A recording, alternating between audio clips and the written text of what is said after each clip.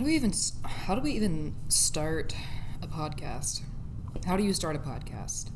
It would be stupid to say like, "Hey, welcome to this."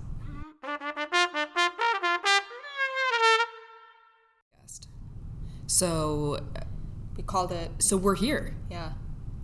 We're doing the podcast, man. This is all going to be cut out. This is episode 1. Yeah, we're... Incubation. Incubation. The first onset of infection. Yeah, I feel like we're warming up the goof right now. We're warming up like the Lamborghini engine needs to be warmed up, you know what I mean? Oh yeah. Every time I turn on my car though, I give it like 10 seconds of warm up time and then I'm just, I'm going. Even when it's really cold. I turn my key and my pedal to the metal. It's rather instantaneous. You turn the key, you immediately step on the gas. yank my protein brake, my parking brake. Fucking haul that shift back and go. And I rarely use my brakes when I'm driving. Yeah, it slows you down. Mm-hmm. It's one of those. That's what they're for. That's what they're for. Yeah, brakes really slow you down. God. So, our microphone setup, we spent...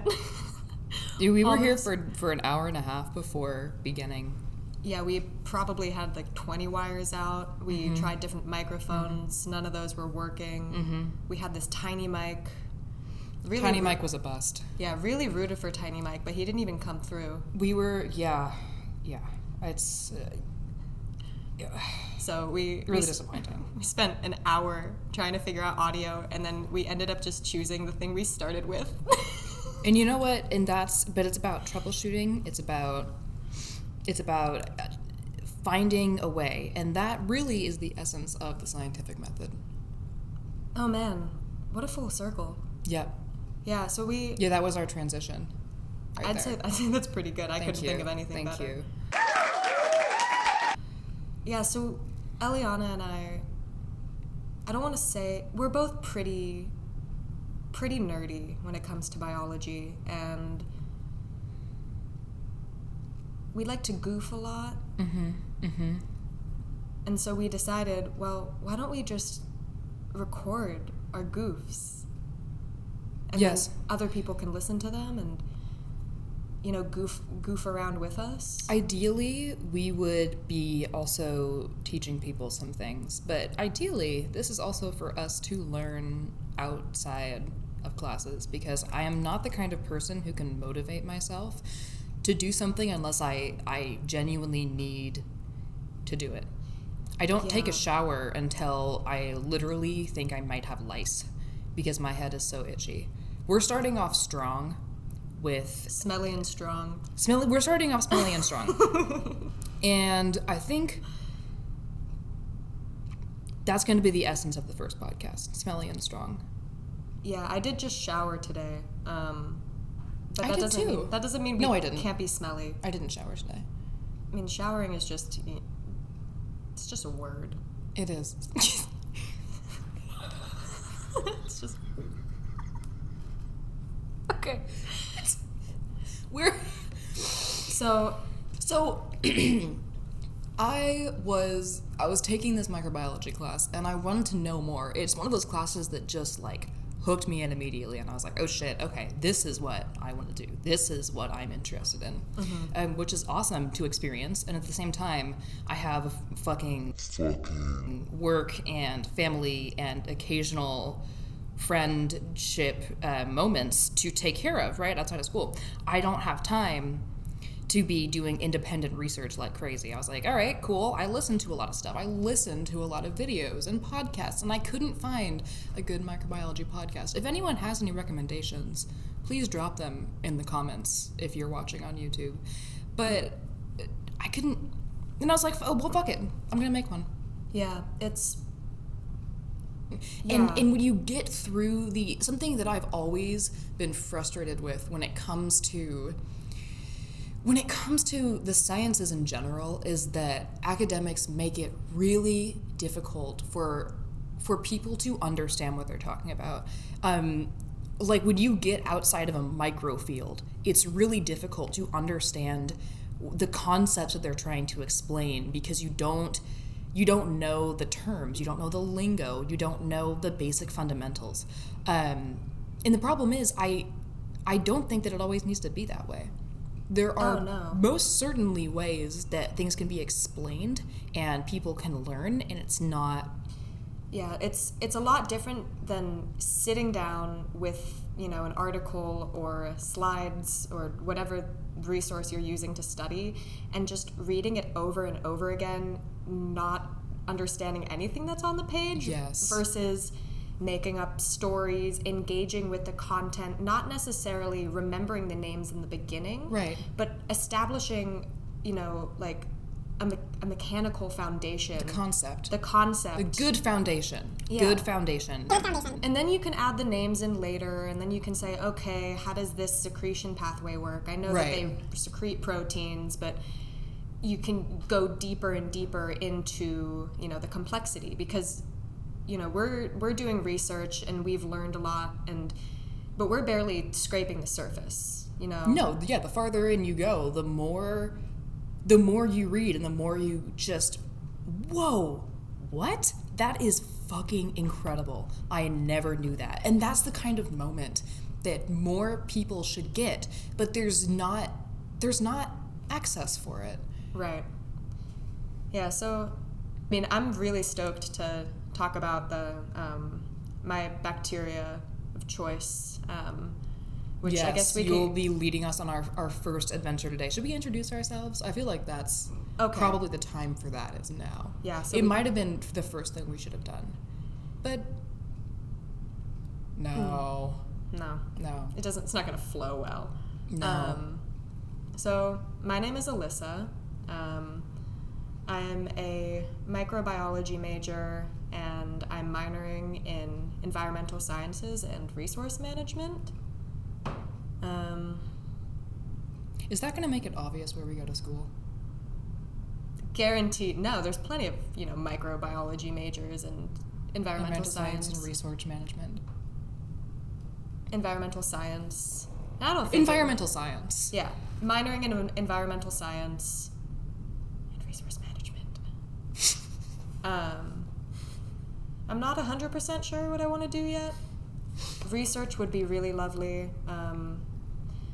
I got to put together a CV and a resume and whatnot, but I know we'd both kick ass in a lab. Oh, hell yes. Are you kidding me? I've been like an unpaid dishwasher my entire life. That was my chore. That was my thing. I could fuck some glassware up in the best way, in the soapiest of ways. But yeah, no breaking. No, and I have never once poured corrosive or otherwise toxic chemicals down a sink, and I think that I'd be great. Yeah, I can also, always identify where the fire extinguishers in the buildings are. Useful skills to have. Eliana, what are you majoring in? I'm Eliana. Sorry. Oh, sorry. Stranger. Stranger, introduce yourself, please. Thanks. I'm Eliana. I'm double majoring in biology. In biology and creative writing. So I'm going best of both worlds. Thank you. I'm going best of both worlds. I was always kind of told growing up that you can't. You can't. Oh well, you can't. Sure, yeah, and you can't pursue writing as a thing. You can't. I mean, it's cool, but it was never. It was kind of like, oh yeah, good for you, Yeah, you can't make money off of that. Exactly. You can't have a viable career in the future. How are you going to support your family? Mm-hmm. You're just writing. Yeah, she's doing big middle fingers right now. Some big middle finger action. It's really intense, actually. But yeah, I was like, fuck it. Sophomore year, I said, no, you know what? My passion is writing. It always has been. And I also adore learning. That's a huge thing. I want to get a PhD in some kind of biological specialty. I don't know yet. We're gonna find out, but it's gonna be great. But I don't know. I would love to stay in academia. I would love to teach. I would love to write. I feel like there's space in life for all of that. And if you're not going to pursue your passions, then what the hell is the point? That's definitely, this is a much bigger issue outside of anything that we can necessarily understand and have the capacity to, you know, work towards changing, just because of the way the world is moving. The job market has shifted. Mm-hmm. And so, people feel like they need to get a college education. And there's a lot of pressure around doing something great with your life. Yeah. But it's not greatness in the way that they maybe define it personally. It's what other people expect of them, and that's going to put a huge roadblock in your learning, because if you don't really care about the stuff you're talking about and what you're doing... That's where I get really frustrated that a lot of people will hop on, like, rate my professor, and just say, oh my god, this class was impossible, so hard, don't take it. And in reality, what's happened is they just don't want to put in the effort. And I kind of get it, because at this point, college is also a required education, essentially. Like, you need to do high school and you need to do college if you want to be paid above minimum wage. Is that right? Fuck no. I don't think that's right. But I am in no place to change it. Mm-hmm. And if you don't want to put in the effort and you are not passionate about what you're studying, then don't take the hard classes. But don't tell other people not to take them. Because it not to push themselves and challenge themselves and discover things and dedicate themselves. I don't know. But at the same time, there's no pressure to go to school. You can have a great life without getting a higher education. But that doesn't mean that we're saying, like, don't learn, because life is full of learning, and that's how you grow as a person. And dude, I was considering trade school for a while, just because it's reliable, it's constantly in need. Like, you're gonna have a job. What would you be trading? A well-paying job. I don't know. Trading? Playing cards. Please. Alyssa doesn't know what trade school is. Oh, maybe an electrician or plumber.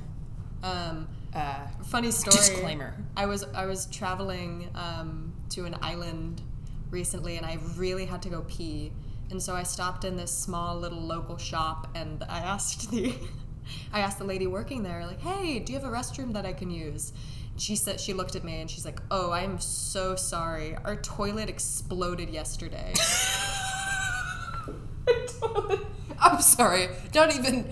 Oh, it's bad. It fucking exploded? Yeah, she's like, it exploded. Her words, it was just a fucking mess. A chocolate fountain. No. What a disaster. Like, I felt I really had to pee, but, you know, I felt more badly for this small business who now has to deal with this plumbing issue. Oh my god. So maybe that could have been you working on the shitty, explosive toilet that could have been me. And I honestly... Sure. Yeah, I'll take it.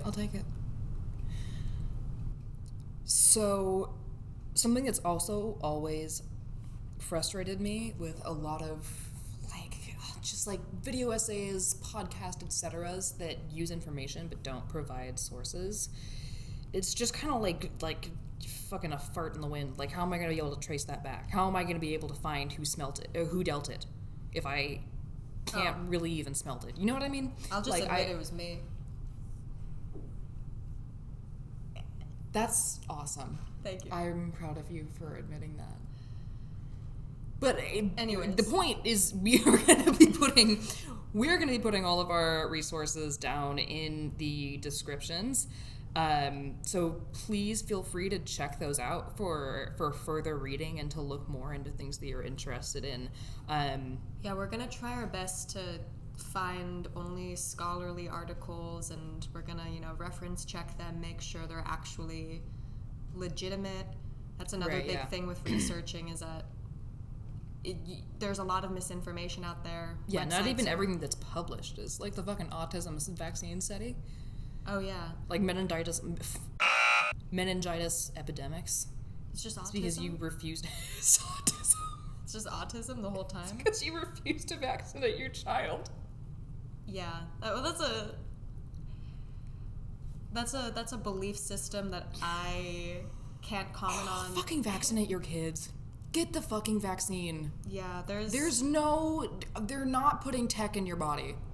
With that said, we're really, really lucky to have access to vaccines. To have access to vaccines, to have access to clean water, access to sanitation. I had a professor who said that he, like, kissed the water fountain every time he drank from a water fountain because he was like, thank God we have this. Well, maybe he shouldn't, because there's always that kid who puts their entire mouth around the Well, then you're just spout. boosting your immune system. That's true. That is true. Don't suck on the water fountains, also. Eliana. Yeah. I want to ask you a question. Okay. Do you eat food? That's a really good question. I do eat food, yeah. Oh my God. Do You you? know, I do too. Okay. I'm glad that we have that in common. Yeah, what's your favorite meal? Or one of your favorites? I know that everybody has a lot. Spring rolls. Spring rolls. Mm-hmm. What are you putting in those spring rolls? I do avocado, sweet egg, cucumber, rice noodles. Sweet egg? Mm-hmm. Wait, what's sweet egg? It's like 3 eggs, and then you put, like, sugar. I don't have sugar right now, so I just use honey, and you just, like, whisk it, and then you, it's kind of like, and then you put it in the pan, and then there's a Japanese name for it, but that's the really fancy kind I can't do, so I just put it all in the pan, and then I put a lid over it and let it cook, and then flip it and let that side cook, and then you chop it up. Tamago? I think it's tamago, yeah. I wonder if... So it's like a shitty, like, tamago that I'm trying to do. But that's what I put in there. That sounds so good. With a little peanut sauce. Mm-hmm. You know... Why do you ask? I'm just thinking about, the topic for this week, right? Mm-hmm. And so we all eat food, right? We all Most love of food. us. My favorite food, which you mentioned, peanut butter. Peanut butter. I can fucking eat that shit all the time. I love it because it's, nutrient dense, has a lot of protein, and it's just, a quick, easy snack. Quick and easy. That's how we like it. Yeah, I love peanut butter. I've been having a love affair with food for about 21 years now. Maybe 22, if you include the incubation period. And it's really wonderful. I do love food. Problem is, as a vegetarian, it's kind of a toxic relationship because I don't get a lot of protein in my diet. Yeah. And protein is in it. For some reason, like, high, dense quality protein for vegetarians is usually expensive, which sucks. And I just don't have that much money to spend on food. I'm a student, budget low, right? But protein is necessary. And so I do dish out on, I don't know, little things here and there because you can't go without it. Yeah, I definitely think there are more affordable vegetarian protein options like beans, and if you go to the right places, tofu can be pretty affordable. Love some tofu. But, I mean, if you maybe eat meat, it's a lot easier to get a density of protein in your diet. Yeah. Because there's just so much protein. Yeah. So, what's interesting to me is that we talk about, like, dietary protein and the proteins that we make, and it's all made out of the same stuff. It's all amino acids. So where is this protein coming from? Like, where are these animals getting this protein? Where are these plants we're eating getting this protein? Well, it goes with the food chain. So animals eat each other. Those animals eat plants, and plants eat sunshine. Yeah. And they get a lot of nutrients from the soil. I know that. Bada bing, bada boom. Thank you for answering my question. Okay, there we go. Yeah. So that's right. Protein in animals comes from plants, and those plants get their protein, quote unquote, from the soil. But soil just doesn't have, like, free-floating protein around, right? Right, they have to synthesize it. Right. So protein is made of amino acids, and amino acids have fuck ton of nitrogen. Right. Which is... It's like the essential part of the amino acid, is the nitrogen. Right, which it's super awesome, though, because nitrogen is the most abundant element in our atmosphere. Yeah, it's more abundant than oxygen in the atmosphere. See, as great as that all is, right? Right. We actually can't use that nitrogen. It's not in a form that humans can use. It's not in a form that plants can use. That's like one of the greatest evolutionary flops I have ever heard. It's not usable for the stuff we need it for. I guess it would be a little dangerous if we were breathing in, nitrogen and then our bodies were doing something with it that it shouldn't have been done. All right. But I'm down. Still slightly... I'm on the nitrogen train. Could be a little bit of an evolutionary flop, but... So how do we... So it's in the atmosphere and it's in the soil. Yeah. I'm assuming the soil gets it from the atmosphere. Bingo. So how does the soil flip the nitrogen? Well... Into a usable form? They unfortunately don't. Soil is just dirt.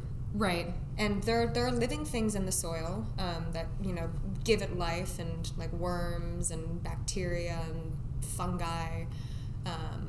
But, we've been able to bioengineer soils that we can convert atmospheric nitrogen, N2, into a usable form for plants. And then those plants, are eaten by animals and the whole food chain. But that requires fossil fuels. Mm-hmm. And so, no. Yeah. And also, what did we do for the past, several million years? Hundreds of millions of years? Wow. Hundreds of millions of years for protein, for nitrogen. I don't know if we were around for hundreds of millions of years. Well, not us, but life. Yeah, life, yeah. Something had to convert that nitrogen before we used fossil fuels, which we honestly shouldn't be doing anymore anyway. I think that it's really... Well, we're not on the fossil fuel train. No. We're on the nitrogen train. I agree, yeah. Very unsustainable. We don't like bioengineered soil. So that still leaves our nitrogen in an unusable form. But there are, as I said before, living organisms in the soil. Mm-hmm. And there is a little worker, a bacteria. A little guy? A little gram-negative guy. I love little guys. We'll go into what gram-negative and gram-positive means another time. Yeah, so there are these little bacteria that are present in the soil. And they can take nitrogen and convert it into a usable form. I love it. That's just what they live for. That's just their little job, man. It's what they do. Yeah. Simple life. But, ultimately, we, our cells are also living simple lives. Like, they're just doing their normal functions. It just happens. True, but we are not single-celled organisms. No, we are multicellular. It would actually, I think I would enjoy life a lot more if I was a single-celled organism. Yeah, having a brain is sometimes really challenging. It's really a curse. Yeah. That was venomous. Wow. But I'm really happy, I guess, that I do have a brain because I get to learn about all of these little microorganisms who are helping us. That's true. That's a good point. That's a good counterpoint. Yeah. So the bacteria in the soil that fixes nitrogen for plants to use, they're called rhizobia. Rhizobia!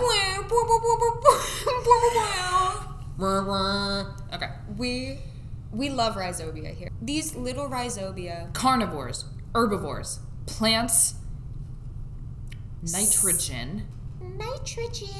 Fixed by rhizobia. So basically the first step to us getting nutrients and getting protein from the things that we eat, everything that we eat, is the rhizobia fixing the nitrogen so that plants can use it. Yeah. And this is a special relationship that these rhizobia have with the plants they're helping, because fixing nitrogen is extremely physically taxing for these little guys. They can't do it by themselves. They don't have enough energy. They're not able to get glucose to make ATP. Right, in order to do big processes like that. Yeah, and so in order for them to actually do their main job, they really need plants. And this is something in, biology, and I guess this is just a general term. This is a symbiotic relationship where these bacteria, in working with plants to fix nitrogen, the bacteria are getting a home, which I'll go into shortly, and they're getting energy, they're getting food, right? They're getting snacks. So it's mutualistic. They're both benefiting. Bingo. Yeah, because the plant is getting their nitrogen to... The rhizobia is getting a little home. That's awesome. It's really... I live in a plant. It's really a sweet deal. I wish I could be in that situation. But alas. So anyways, I'm going to talk to you now about the house that is established for these little bacteria, because I said they get a home, right? Right. So they're in the soil, but then they can only fix nitrogen when they're in the plant. The plant needs to give them glucose to make ATP to fix the nitrogen, because it's such an energy-intensive process. They need extra chemical energy in the form of ATP. Mm-hmm. And plants produce energy via photosynthesis, which comes from the sun, which is a slight limitation to this process because you need to be in the right... I wish I could photosynthesize. Oh, me too. Yeah. That's one of my... I kind of did today. I sat in the sun for like 2 hours. And I feel so much better. You do? Okay, I get sleepy. I also felt sleepy, but sometimes I feel good, the vitamin D. Coupled with like a cup of coffee. Mm-hmm. Great morning. I sat out there with a kombucha. I can't wait to get like a fucking porch. Yeah, when I maybe ever buy a house. Porch, and then you're going to look out at the soil, and in the soil, there are rhizobia. And I'm going to be sitting there with my steamy cup of coffee, and I'm just going to smile and go, huh. I like that. It's really peaceful. So, let me set the scene for you, right? We are in a barren soil landscape. Whoa. The soil is so void of nutrition. This little plant is growing. It's trying to grow. It's trying its best, but it just doesn't have the energy to do it. Yeah. But luckily, okay, in this soil, there are rhizobia. We are saved. To the rescue. A little side note, rhizobia are very species specific, and they only can actually form these relationships with legume plants. Okay. So that's beans, peas, soybeans. Tofu plants, soybeans. And so it does have its limitations, but these are these plants that are producing high protein seeds. Right. So back to the scenario. We have barren soil, and then we have our plant trying to grow, and then we have our rhizobia. Awesome. So these rhizobia can sense signals that are being released by the plant. Essentially, the plant saying like, hey, I would love some help from anybody who can, hear me out on this. And they're chemical signals. Yeah. So like we smell, the way that we smell is chemicals, and we have receptors in our nasal passageways for chemicals go to our brain, and our brain's like, I know what that one is. Same thing, except they don't have noses. They just receive the chemicals in other ways. Yeah. I'd like to think about this more as like tasting. Okay. This is useful because these signals that the plant is you releasing... also taste chemicals. That's true. They don't taste good. Don't try it. But the signals that the plant is releasing is called, they're flavonoid signals. Okay. Flavonoid sounds like flavor, right? Flavor ton. These bacteria are just so ready to taste these delicious flavonoids. Oh, yeah. So they can follow the chemical gradient that is being released by the plant. And when I say gradient, I mean that the signal is most concentrated around the roots where the plant is releasing the signal into the soil. and it dissipates as it moves farther out. That makes sense. So it's like a game of hot and cold. So this bacteria is swimming around in the soil, and it goes, oh, I got it. Warmer, warmer, warmer. Oh, towards that way, it's kind of colder, colder. Okay, this way, this way, this way, until you get warm, warm, warm. Hot, hot, hot, hot, and then you get to the soil. Yeah. I mean, to the root. Yeah, exactly. Which is super cool. And another little side note, these bacteria move through a process called chemotaxis, which it's a lot easier to think about it like a lock and a key.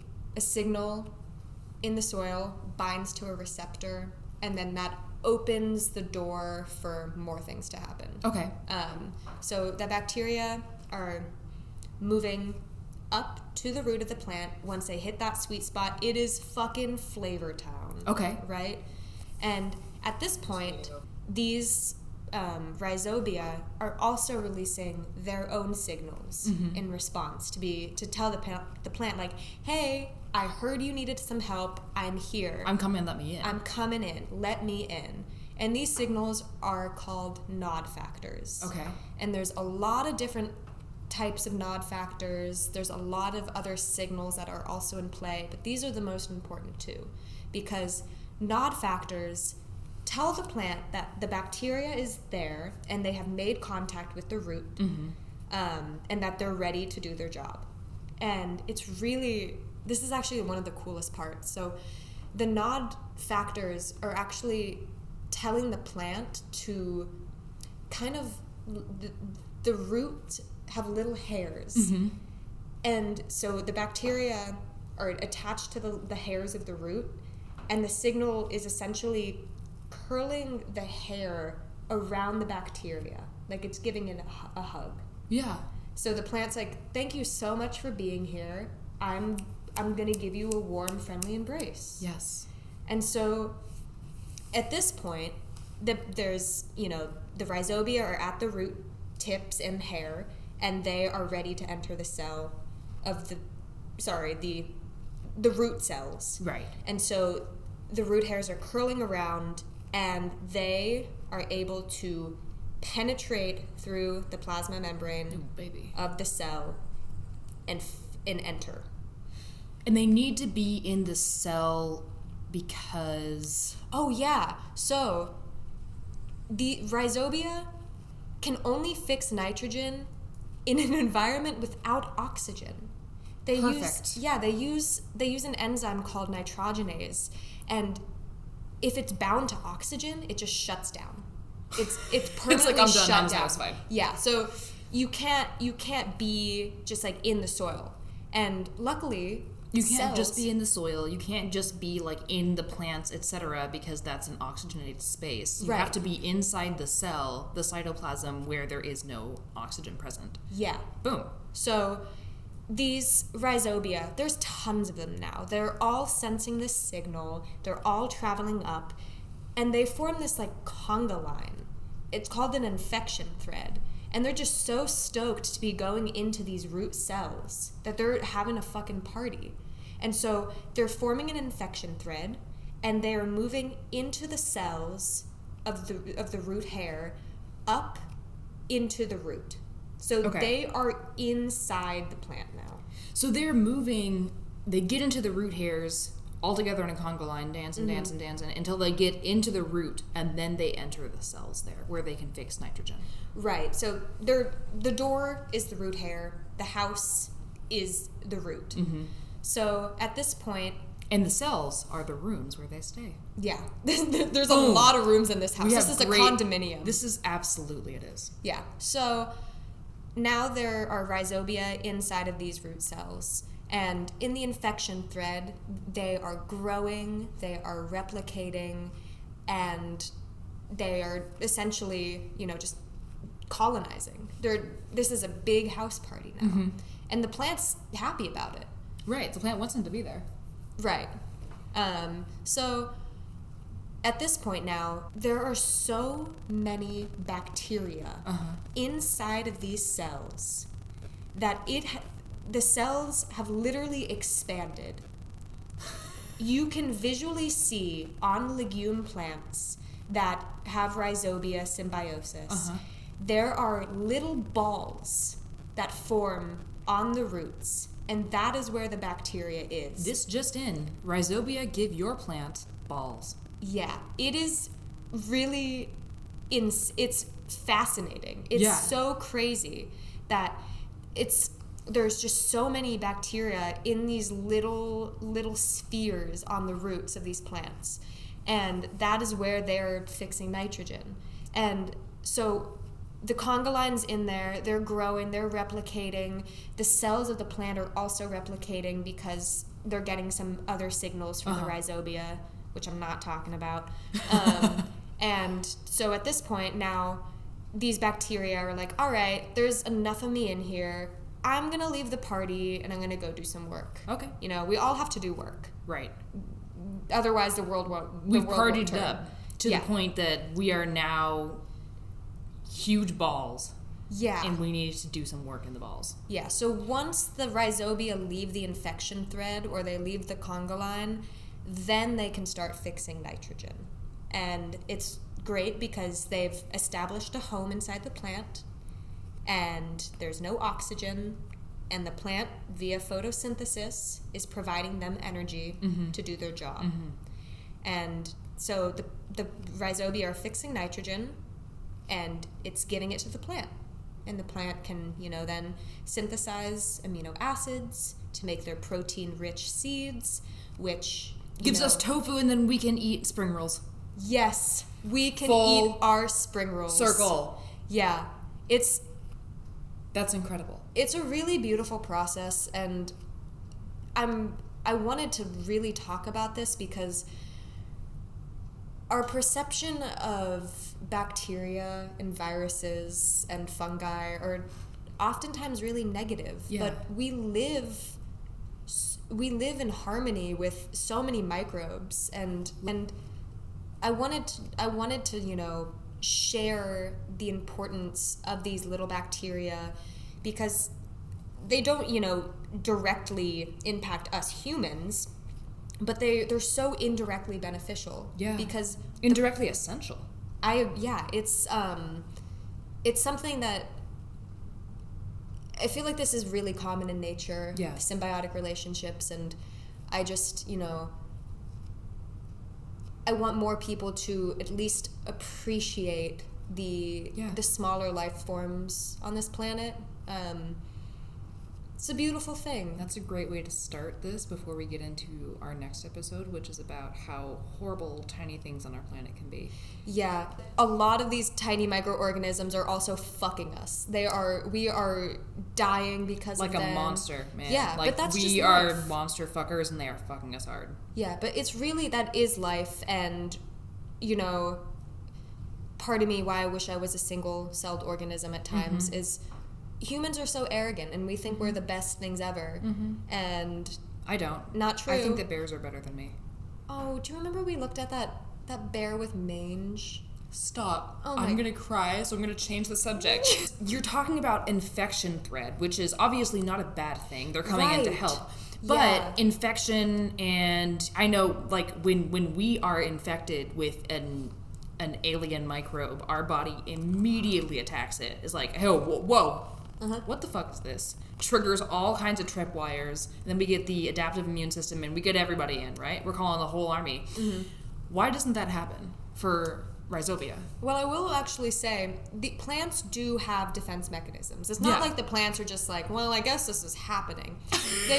They are, releasing signals and, changing processes, but the bacteria are also releasing signals which repress their defense mechanisms. And so eventually it's like they're hijacking the plant, but it's a good thing. And it's a good hijack. Yeah, it's a good hijack. It's crazy, but the word infection definitely has its negative connotations, but it really just means that, like, something is invading in a high quantity. All right. I think we did it. I think we did it. But I also just wanted to say thank you so much for doing this episode, and doing all of the research for this episode because she did, and she's awesome. You'll have to do it in a couple weeks. So that's true. I will have to do it in a couple weeks, and then you're gonna hear me yap. we're gonna put all of the links to the articles that I yes sorted through in the description. It's gonna be in the description. They are a lot more detailed, but I wanted to just give the broad further overview. reading. Go for it, and fact check us if we got something wrong. Tell us in the comments. Our brains run on like 3 times speed, so I forgot there's I that locked issue. my house today. Yeah. I almost went back. Nice. I do that. You know what? And it's great. And that being said, for those of you who have stayed into the end, I have a special treat for you because I am challenging Alyssa Oh shit. to a round of Microbe Mania. Oh my god. That was really you need to be more afraid. What? I'm not ready. What do you mean? What the fuck is Microbe Mania? What am I getting into? What is Microbe Mania? So we've decided, no we didn't, this is totally new to us, for this podcast, to do a series that we're going to call Microbe Mania, where we are taking 2 microbes of the same general Taxonomy. Yeah, we're going to go with that. So Taxonomy. Viruses go with viruses. Bacteria go with bacteria. Fungi go with fungi. go with fungi. Prions go with prions, though I don't think we're going to get there. We could. Who knows? We could. They're It's kind a of dumb, series. though. It's a series. We'll see. And we are putting them against each other in a specific scenario to see who would, quote unquote, win, which essentially means who would be most prevalent in the environment, who replicates the most, which is, of course, the main goal of these microorganisms. the main goal of the microorganisms. Who can pass on their genes the most? That is evolution at the end of the day. That's why we're all sex fiends. Yeah, that's why Except for all you asexuals out there, I love you. That's why rhizobia go into the roots so they can replicate and live their lives.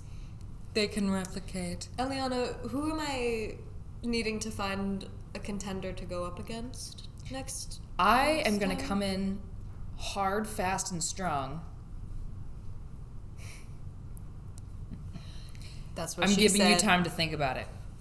And I'm going to come to you with Yersinia pestis, or the agent of the Black Plague and the Justinian Plague.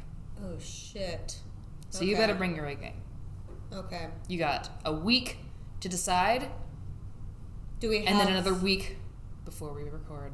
Do we have vaccines? Do we have antibiotics? Like, what's... No, I am setting this up in medieval. I believe it's 1348.